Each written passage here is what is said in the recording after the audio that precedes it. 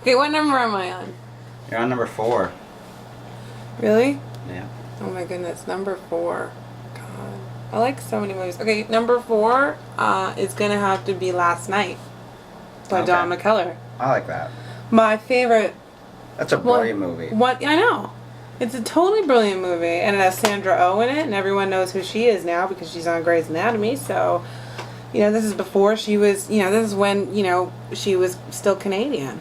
I think she's still Canadian. I think she's still. I don't know if she admits it anymore. I don't know. I don't think it really matters. So that really needed to be. That's up there, right? Not a lot of people have seen it. Why should people see it? Why should people see it? Because it's amazing. It's about it's about kind of like what would happen if it was your last day on Earth and all the things that you would go through. And it's like, I don't know, it's just awesome. It's just perfect. You know why it's perfect? Because in this world, when it is your last day, the person the government has employed to call your home and tell you that this is the last day is David Cronenberg. Yeah. And he's got a little office mistress. Yeah. No, I love it. And one thing about Don McKellar that he does that a lot of my favorite directors do is he has a solid group of actors he always works with. I mean, he worked on Blindness, and so it was well all the same actors. Well, he wrote the script. Yeah, well, that's what I mean. Like he did that, and all the same actors that he worked with. And he's directed a lot of his own stuff and written a lot of stuff. He's and his show that he Canadian made. trailblazer, yeah. Yeah. So he's definitely up there, and he goes so unnoticed, and it's unfortunate because he's amazing. Yeah. He is so talented. So. Just take Canadian cult classic movies he appears in. He's done a lot of acting. Oh my God, work. he deserves to be a good everybody who loves movies should watch everything he's done. I wish him and Derek Waters would meet. Yeah. And if you don't know who seems like a natural fit. don't know who Derek Waters is, just Google drunk history. Yeah. And you'll find him. Okay, what am I on now? You got 3 left, and there's so many Audrey Hepburn movies. Like what? I know. Well, one of them's my number 1 movie. Okay. So, well, that's good. But I'm probably gonna leave out the other one. Oh, that's alright. That happens. There's so many Kubrick movies. So what am I on? Number 3. So number 3, I think, is going to be Pulp Fiction. Pulp Fiction. Yeah. How did you watch it when it first came out? You probably watched it on VHS? I didn't. No? When did you see it? I watched it when it was on VHS, but I watched it after it got out of the theaters. Okay. It was that for a couple of years later. Okay. Not like many years later. Because you missed Jackie Brown too. You didn't watch that. Yeah, I saw Pulp Fiction before. I saw Pulp Fiction before Jackie Brown came up, but I never saw Jackie Brown. Okay. But I'm gonna say that one. So you have weird expectations, you don't like movies that are overhyped. That movie, I don't care how much it was overhyped. The movie was brilliant. It didn't bother you. You get bothered when people quote the movies before you see it. Yeah. How much you'd pick it apart, no matter what you do. That movie was groundbreaking for a lot of people who now make movies. Yeah. He is an inspiration for a lot of people, and that movie is one of the best movies ever made. In as much as he, I don't care what he took from what he learned from Asians. Yeah. I don't care. He learned it, so what? He took it. Good for you. Thank you.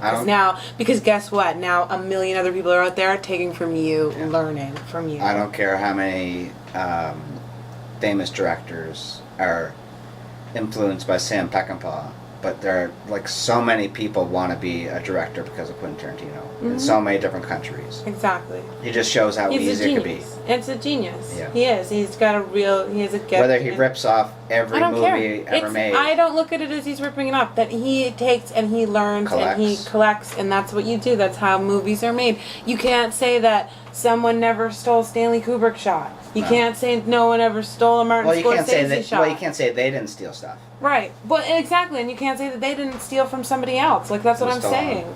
Or taken shot. Well, you can't. Shots come from what's visually good to look at. Comes from wherever. It all starts somewhere, and if it's going to visually stimulate somebody, then you're going to use it.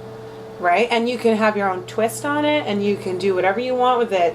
You put your own words in there. That's talent. Yeah. Okay, I don't care. So that, what was that, number 3? Number 3. So it's number 2. Number 2 is a scary one. Batman. Really? Yeah. Over Beetlejuice? Mm-hmm. Batman over Beetlejuice. Sorry. What, you think Kent's gonna listen to this? I don't give a fuck. I don't care who listens. Batman. Who did I want to listen to this? Who I made this one for? Chaos number 1 or whoever. What's their name again? Shit. Kamikaze one. Kamikaze. Sorry. Batman. Tim Burton's Batman. Love it. Best movie. Number 1?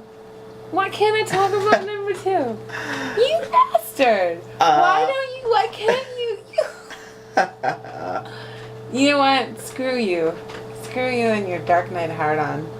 I love Batman. And Tim Burton's Batman.